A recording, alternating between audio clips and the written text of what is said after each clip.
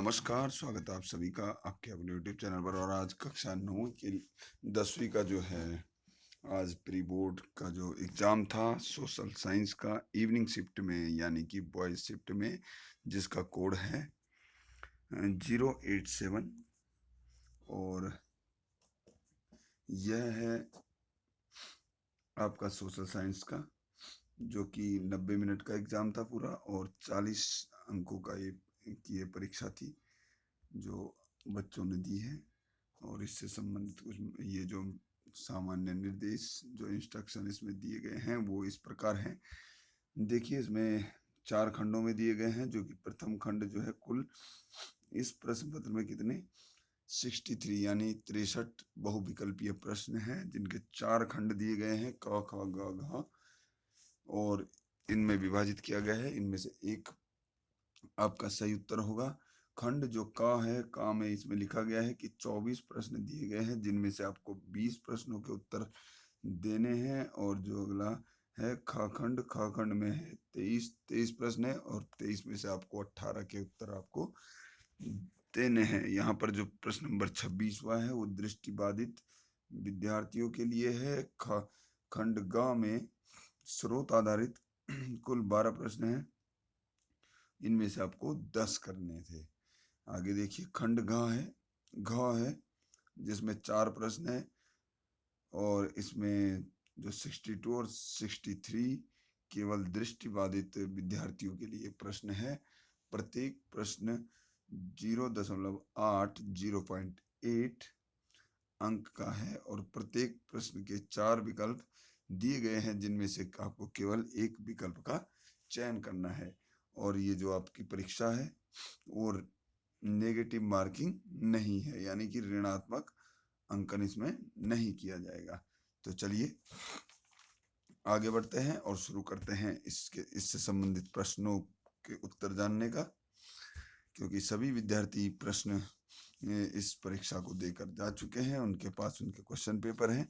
तो आप अपने प्रश्न पत्र को खोल लीजिए और हाथ में एक पेन ले लीजिए और सही उत्तर पर निशान लगाकर आप अपना अंकन कर सकते हैं कि आपके कितने प्रश्न सही हैं और कितने आपके सही उत्तर हो रहे हैं, कितने नंबर आपके बन रहे हैं। तो चलिए शुरू करते हैं, बढ़ते हैं पहले प्रश्न की ओर। पहला प्रश्न है, ऐसी सरकार या शासन व्यवस्था जिसकी सत्ता पर किसी प्रकार की कोई अंकुश ना हो, क्या कहलाता है? वो कहलाता है निरंकुश। ठीक है, तो इसका सही उत्तर होगा निरंकुश। प्रश्न नंबर 2 है, निम्न में से टूटी हुई बेड़िया जो है वो किसका प्रतीक है? प्रश्न नंबर 2 हम पढ़ रहे हैं और इसका सही उत्तर होगा आजादी मिलना। ठीक है, आगे बढ़ते हैं प्रश्न नंबर 3 की ओर। प्रश्न नंबर 3 है, वियना जो कांग्रेस है, वियना कांग्रेस कब आयोजित की गई? तो वियना कांग्रेस का आयोजन किया था 1815 ईस्वी में। ठीक है, अगला देखिए, अगला प्रश्न है प्रश्न नंबर 4, स्लाव किस क्षेत्र के निवासियों को कहा जाता था? तो इस प्रश्न का सही उत्तर होगा बाल्कन के। अगला प्रश्न है प्रश्न नंबर 5, निम्न में से कौन सा जैविक संसाधन का एक उदाहरण नहीं है? ठीक है, तो प्रश्न नंबर 5 के ऑप्शन यहाँ पर है, कौन सा जैव संसाधन का उदाहरण नहीं है? तो प्रश्न नंबर 5 का सही उत्तर आपके सामने है कि धातुएं जो है इसका सही उत्तर नहीं है। अगला देखिए, झूम झूम कृषि को रे के नाम से किस देश में जाना जाता है? प्रश्न नंबर 6, इसका सही उत्तर है वियतनाम में। ठीक है, वियतनाम में झूम खेती को रे के नाम से जाना जाता है। और झूम खेती वह होती है जो कि जंगलों को काटकर उनमें दहन किया जाता है, जलाया जाता है और वहाँ पर खेती की जाती है। फिर अगली बार वहाँ पर छोड़ दिया जाता है, दूसरी जगह जाकर खेती कर लेते हैं। अगला प्रश्न है प्रश्न नंबर 7, किसने कहा था कि हमारे पास हर व्यक्ति की आवश्यकता पूर्ति के लिए बहुत कुछ है, लेकिन किसी के लालच की संतुष्टि के लिए नहीं? तो ये एक महत्वपूर्ण विचार जो है वो किसका है? वो है महात्मा गांधी जी ने कहा था ये। ठीक है, ये वक्तव्य महात्मा गांधी जी का है। प्रश्न नंबर 8 यहाँ पर हम पढ़ने जा रहे हैं कि सरकार द्वारा निम्नलिखित में से किसकी घोषणा फसलों की सुरक्षा फसलों को सुरक्षा प्रदान करने के लिए की जाती है? तो ये है आपका प्रश्न नंबर 8, और प्रश्न नंबर 8 का सही उत्तर होगा न्यूनतम समर्थन मूल्य। आगे देखिए, अगले प्रश्न की ओर बढ़ते हैं। प्रश्न नंबर 9 यहाँ पर है, निम्न में से कौन सा एक मृदा निर्माण में सहायक है? इसके ऑप्शन हमारे पास अगले पेज में है। तो इसका सही उत्तर होगा उच्चावच, जनक शैल, जलवायु और उपरोक्त सभी, यानी कि ये तीनों के तीनों यहाँ पर महत्वपूर्ण है। किस लिए? मृदा निर्माण के लिए, यानी मिट्टी के निर्माण के लिए। अगला प्रश्न है प्रश्न नंबर 10 आपके लिए, निम्नलिखित में से कौन सा भू संरक्षण का एक उपाय है? तो भू संरक्षण का उपाय है, ये सभी है: पशुचारण नियंत्रण, रक्षक मेखला, औद्योगिक जल का उचित परिष्करण। अगला प्रश्न हम देखते हैं, प्रश्न नंबर 11 आपके समक्ष है। प्रश्न नंबर 11 है, निम्न में से भारत का कौन सा राज्य सौर एवं पवन ऊर्जा के मामले में धनी है लेकिन जल संसाधनों की कमी है? वह कौन सा राज्य है? वह है राजस्थान।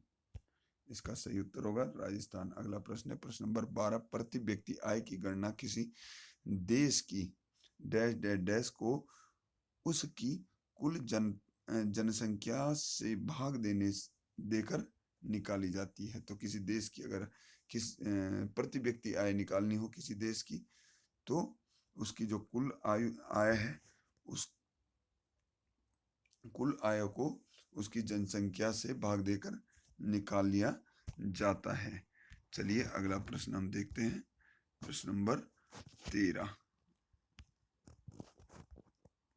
प्रश्न नंबर 13 है कि रीता एक अधिवक्ता है, बताइए वह अर्थव्यवस्था के किस क्षेत्र में काम करती है? तो प्रश्न नंबर 13 को हम पढ़ रहे हैं और इसका सही उत्तर होगा तृतीयक, यानी कि जो अधिवक्ता का मतलब होता है एडवोकेट, आप इंग्लिश में देख सकते हैं। ठीक है, प्रश्न नंबर 14 है, वह क्षेत्र जिसमें प्राकृतिक संसाधनों का प्रयोग करके वस्तुओं का उत्पादन किया जाता है, क्या कहलाता है? वह कहलाता है प्राथमिक क्षेत्र। अगला प्रश्न है प्रश्न नंबर 15।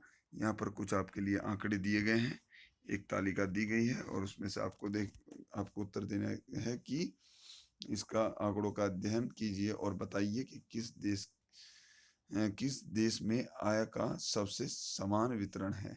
तो प्रश्न नंबर 15, इसका सही उत्तर होगा ए, यानी कि देश नंबर 1। अब देश 1 में यह है जैसे कि नागरिक 1, नागरिक 2, नागरिक 3, नागरिक 4 नागरिक चारों देशों, इन सभी देशों में लिए गए हैं और उनकी आय बताई गई है। तो इसमें है 15,000, 30,000, 20,000, 25,000। तो एक तरह से 5,000 का केवल अंतर है सभी में। और अगर हम 2 का देखें तो इसमें है 20,000, 20,000, फिर 60,000। यहाँ पर कुछ ज़्यादा अधिक अंतर आ रहा है, फिर 50,000। तो 50,000 और 20,000 में अधिक अंतर है, इसलिए हम इसे समान नहीं मान सकते। अगला है देश नंबर 3 का, कि जैसे 40,000, 40,000 और 40 का आधा कर दिया 20,000 और उसका 2 गुना कर दिया 80,000। तो इसमें भी समानता कहीं देखने को नहीं मिल रही है, बहुत क्या है, गैप बहुत ज़्यादा है। ठीक है, 45, 50, 90, 80, तो इसमें भी गैप बहुत ज़्यादा है, इसलिए देश 1 हमारा यहाँ पर सही उत्तर माना जाएगा। अगला देखिए प्रश्न नंबर 16। प्रश्न नंबर 16 है, श्रीलंका कब स्वतंत्र हुआ? प्रश्न नंबर 16 हमारे पास है और इसका सही उत्तर होगा 1948 में। ठीक है। यूरोपीय संघ का मुख्यालय कहाँ स्थित है? तो यूरोपीय संघ का जो मुख्यालय है प्रश्न नंबर 17 का, वो है ब्रुसेल्स में। अगला है प्रश्न नंबर 18, बेल्जियम में कौन सी भाषा प्रमुख रूप से बोली जाती है? तो बेल्जियम में कौन सी भाषा प्रमुख रूप से बोली जाती है? इसका सही उत्तर होगा डच। अगला है प्रश्न नंबर 19, निम्नलिखित में से कौन सा देश 7 आकर संघ बनाने का उदाहरण है? तो इसमें संयुक्त राज्य अमेरिका, स्विट्जरलैंड, ऑस्ट्रेलिया, उपरोक्त सभी। इसका सही उत्तर होगा ऑप्शन नंबर डी। अगला देखते हैं प्रश्न नंबर 20 आपके लिए यहाँ पर है कि भारत के किस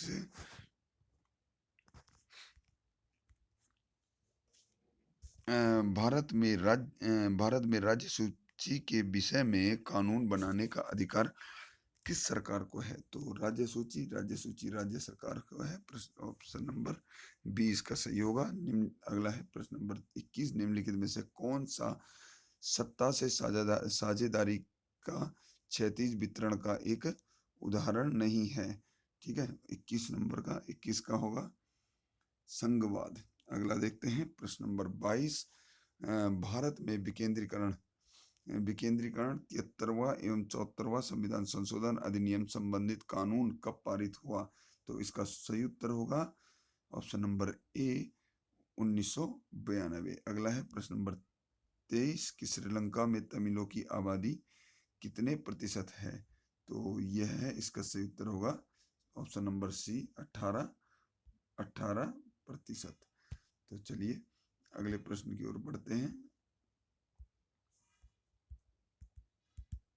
प्रश्न नंबर है 24 और इसमें से गलत जोड़े की आपको पहचान करनी है।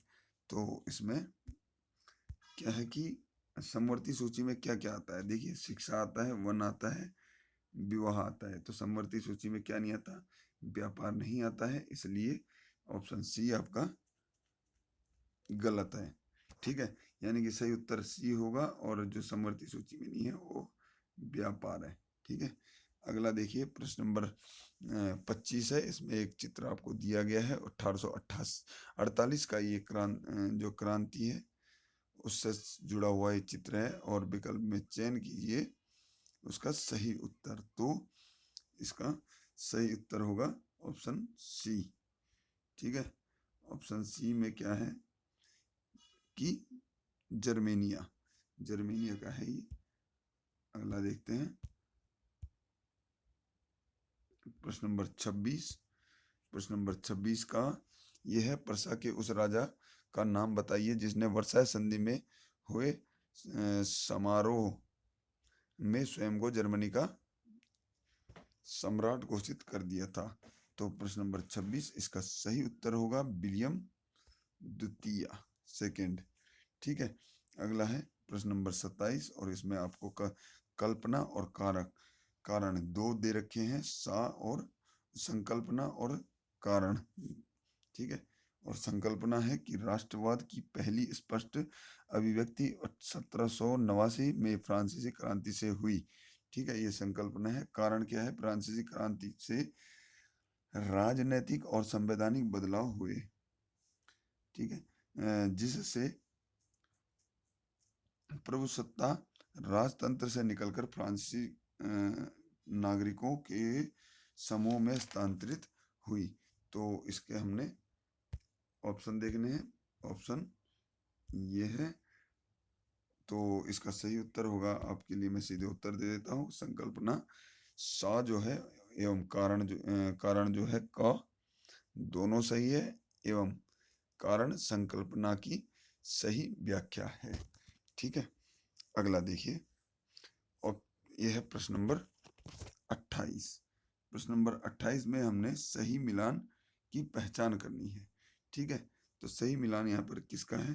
तलवार का और मुकाबले के लिए तैयार। जो तलवार का जो निशान था उसका अर्थ था कि मुकाबले के लिए तैयार रहो। ठीक है। अगला प्रश्न है प्रश्न नंबर 29 ये है, फ्रांसीसी क्रांति के संदर्भ में कौन सा कथन सत्य है? 29 नंबर प्रश्न, और इसका सही उत्तर है ऑप्शन नंबर डी। ये तीनों के तीनों ऑप्शन सही है इसमें। ठीक है, अगला देखते हैं। प्रश्न नंबर 30 है, निम्नलिखित में से कौन निम्नलिखित में से किस संगठन की स्थापना जूसेपे मेस्सिनी ने नहीं की? तो इसका है रेड शर्ट्स। ठीक है, अगला है प्रश्न नंबर 31। इसमें फिर से संकल्पना और कारण आपके पास दिए गए हैं। ठीक है, और संकल्पना जो है, संकल्पना क्या है? श्रीलंका में सिंगलियों और तमिलों के बीच अविश्वास व्यापक संघर्ष में बदल गया। कारण जो है, कारण क्या था? 1956 में के अधिनियम के तहत तमिल को क्या कर दिया था? राजभाषा बनाया गया था। ठीक है, तो इसका सही उत्तर होगा ऑप्शन नंबर ए, संकल्पना। स एवं कारण जो है दोनों सही है, एवं एक एवं कारण जो है संकल्पना की सही व्याख्या करता है। अगला प्रश्न देखते हैं। प्रश्न नंबर 32 जो है वो है, बेल्जियम में कितने प्रतिशत लोग फ्रांसीसी भाषा फ्रेंच भाषी है? तो बेल्जियम में कितने प्रतिशत है? 40% है। ऑप्शन नंबर सी सही है इसका। निम्नलिखित में से कौन सा तर्क सत्ता की साझेदारी को बल प्रदान करता है? ठीक है, इसका सही उत्तर होगा ऑप्शन नंबर सी, दूसरा और तीसरा। यानी कि इसमें जो है विभिन्न सामाजिक समूहों के माध्यम से टकराव बढ़ाती है और राजनीतिक, सॉरी ये गलत है, ऑप्शन एक गलत है, दूसरा है राजनीतिक स्थायित्व प्रदान करती है और सरकार को वैधता प्रदान करती है। तो इसलिए इसका दूसरा और तीसरा ये दोनों सही है, पहला गलत होगा। ठीक है, आगे बढ़ते हैं। यह है प्रश्न नंबर 34, और प्रश्न नंबर 34 है, किसी देश में सरकार विरोधी समूह की हिंसक लड़ाई ऐसा रूप ले कि वह युद्ध सा लगने लगे तो वह क्या कहलाता है? तो वह कहलाता है गृह युद्ध। ठीक है, किसी देश के अंदर का है, बाहरी आक्रमण नहीं का है। ठीक है, अगला है प्रश्न नंबर 35, श्रीलंका में कौन सा भाषीय समूह बहुमत में है? तो वहां पर है सिंगली जो है वो बहुमत में है, सिंगली बोलने वालों की संख्या अधिक है, इसका अर्थ यह है। अगला है प्रश्न नंबर 36, निम्नलिखित में से कौन सा प्रांत केंद्र शासित प्रदेश का एक उदाहरण है? तो उदाहरण यहाँ पे केंद्र शासित प्रदेश का है लद्दाख, जो कि अभी वर्तमान में बना है। जम्मू कश्मीर और लद्दाख दोनों ही हमारे देश के नए केंद्र शासित प्रदेश है। प्रश्न नंबर 37 देखते हैं। यहाँ पर हुए संसाधन जिनकी प्राप्ति जयमंडल से होती है और उनमें जीवन व्याप्त है कहलाती है, क्या कहलाती है? प्रश्न नंबर 37 ये है जैव संसाधन कहलाते हैं। ठीक है, अगला देखते हैं प्रश्न नंबर 38। ठीक है, निम्नलिखित विशेषताओं के आधार पर मृदा की पहचान कीजिए। ठीक है, तो विशेषताएं बताई गई है कि इस मृदा को रेगुर मृदा कहा कहते हैं। ठीक है, दूसरा दे रखा है इसकी विशेषता कि यह मृदा कपास की कृषि के लिए उपयुक्त है। तो इन दोनों को पढ़कर वैसे आपकी समझ में आ गया होगा कि कौन सी मृदा है। मृदा का मतलब मिट्टी। तो इसका सही उत्तर आपके लिए है कि काली मिट्टी। काली मिट्टी में कपास की अधिक पैदावार होती है। आगे देखते हैं प्रश्न नंबर 39 की स्मॉल इज ब्यूटीफुल नामक पुस्तक के लेखक कौन है? तो स्मॉल इज ब्यूटीफुल के लेखक जो है सोमेश्वर है। ठीक है, अगला है प्रश्न नंबर 40, लौह अयस्क किस प्रकार का संसाधन है? तो लौह अयस्क जो है वह किस प्रकार का है? अनवीकरणीय। ठीक है, अनवीकरणीय योग्य है, इसको दोबारा नहीं बनाया जा सकता। और आगे देखते हैं प्रश्न नंबर 41, निम्नलिखित में से कौन सा भू निम्नीकरण का एक कारण है। तो भू निम्नीकरण का एक कारण कौन सा है, इसका सही उत्तर होगा उपरोक्त सभी, यानी कि अति पशुचारण, खनन और ये है वनोन्मूलन। तो ये सभी के सभी इसका एक कारण है। ठीक है, उत्तर आपका होगा डी, ऑप्शन नंबर डी। और प्रश्न नंबर 41 हम पढ़ते हैं, निम्नलिखित में से कौन सा कथन रोपण कृषि के संदर्भ में सही है। तो रोपण कृषि के संदर्भ में कौन सा कथन सही है, तो इसका सही उत्तर है ऑप्शन नंबर डी सही है। ठीक है, आखिरी वाला, यह व्यापक क्षेत्र में की जाती है, इसमें अधिक पूंजी की आवश्यकता होती है, इसका उपयोग उद्योगों में कच्चे माल के तौर पर होता है। तो इसका सही उत्तर ये सभी है। ठीक है, आगे बढ़ते हैं प्रश्न नंबर 43 की ओर। यहाँ पर भी संकल्पना और कारण आपके पास दिए गए हैं, और संकल्पना और कारण जो है इसका मैं आपको सीधे सही उत्तर बता देता हूँ। ऑप्शन नंबर ए इसका सही है, दोनों के की संकल्पना एवं कारण दोनों सही है, एवं कारण संकल्पना की सही व्याख्या है। ठीक है, आगे प्रश्न नंबर 44, इस कथन को पढ़ना है और सही उत्तर देना है कि अलग अलग व्यक्तियों के विकास के लक्ष्य अलग अलग हो सकते हैं। दूसरा, एक के लिए जो विकास है वह दूसरे के लिए नहीं भी हो सकता है। ठीक है, ये दोनों सही है। तीसरा देखते हैं, सभी व्यक्तियों के विकास के लक्ष्य समान होते हैं। तो ऑप्शन नंबर जो तीसरा हमारा वो गलत,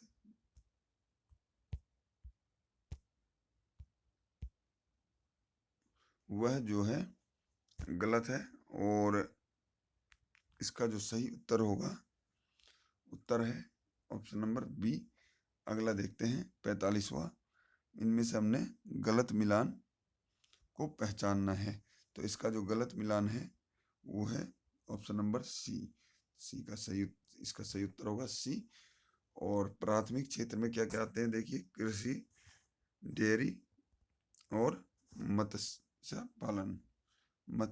ठीक है, अगला देखिए प्रश्न नंबर 46 है कि कांता को सवेतन अवकाश प्राप्त होता है, इसलिए वह किस क्षेत्र में काम करती है। तो वह करती है संगठित क्षेत्र में। ठीक है, इसका सही उत्तर संगठित क्षेत्र में। अगला प्रश्न है 47, थोड़ा क्लियर नहीं आ रहा है, और इसका सही उत्तर मैं बता देता हूँ कि सार्वजनिक क्षेत्र के अंतर्गत कौन सा नहीं है, रिलायंस नहीं होगा। जो रिलायंस है वो सार्वजनिक क्षेत्र में नहीं है, जबकि यहाँ पर भारतीय रेलवे BSNL, ठीक है, और भारतीय खाद्य निगम, ये सारे के सारे क्या हैं, सार्वजनिक क्षेत्र के हैं। अगला देखिए, अगला आपके लिए एक पैराग्राफ दिया गया है जिसको पढ़कर आपको प्रश्नों के उत्तर देने हैं। ठीक है, आप अपने प्रश्न पत्र में जरूर पढ़ें। और अब बढ़ते हैं प्रश्न नंबर 48 की ओर। प्रश्न नंबर 48 का यहाँ पर सही उत्तर होगा कि उपरोक्त सभी। ठीक है, अगला देखते हैं प्रश्न नंबर 49। तो इसका सही उत्तर है जैकोबिन। अगला देखते हैं प्रश्न नंबर 50, और इस 50 का यहाँ पर सही उत्तर है प्रश्न ऑप्शन नंबर ए, कानून के समक्ष बराबरी। और अगला कि 51 का हमारा सही उत्तर होगा ऑप्शन नंबर ए, नेपोलियन के शासन में। अगला देखते हैं 52 का सही उत्तर होगा फ्रांस। अगला 53 का यहाँ पर सही उत्तर है आपका सहमति पर आधारित सरकार। ठीक है, आगे बढ़ते हैं हम। एक तालिका दी गई है आपके पास, और उस तालिका के आधार पर आपको प्रश्नों के उत्तर देने हैं। ठीक है, कुछ आंकड़े दिए गए हैं, उनके आधार पर ये प्रश्न है। तो मैं सीधे उत्तर दे देता हूँ आपको। प्रश्न नंबर 54 का आपका सही उत्तर है 130, ऑप्शन नंबर सी। 55 का आपका सही उत्तर है श्रीलंका।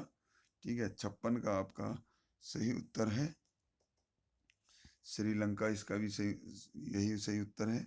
अगला है 57, 57 का आपका सही उत्तर है नेपाल। ठीक है, नेपाल। अगला देखते हैं 58। 58 का आपका सही उत्तर होगा श्रीलंका। अगला देखते हैं 59 जो है, 59 का आपका सही उत्तर है पाकिस्तान। अगला प्रश्न नंबर 60। प्रश्न नंबर 60 जो है वो आपके मैप से संबंधित है। ठीक है, इसमें सही उत्तर होगा टिहरी। और दूसरा जो है आपका महाराष्ट्र, दूसरा है महाराष्ट्र। और अगला देखते हैं 62 जो है, जो कि दृष्टिबाधित छात्रों के लिए है। इसमें भी ऑप्शन नंबर सी टिहरी और दूसरे का होगा रबड़। ठीक है, ये आपका आपकी जो परीक्षा हुई सोशल साइंस एसएसटी की, और इसका कोड है 087, जो कि इवनिंग शिफ्ट का है। ये इसका हल था। तो चलिए इस वीडियो को अपने सभी दोस्तों के साथ शेयर जरूर करें और लाइक जरूर करें, कमेंट जरूर करें। तो चलिए मिलते हैं अगली वीडियो में, तब तक के लिए नमस्कार, जय हिंद, जय भारत।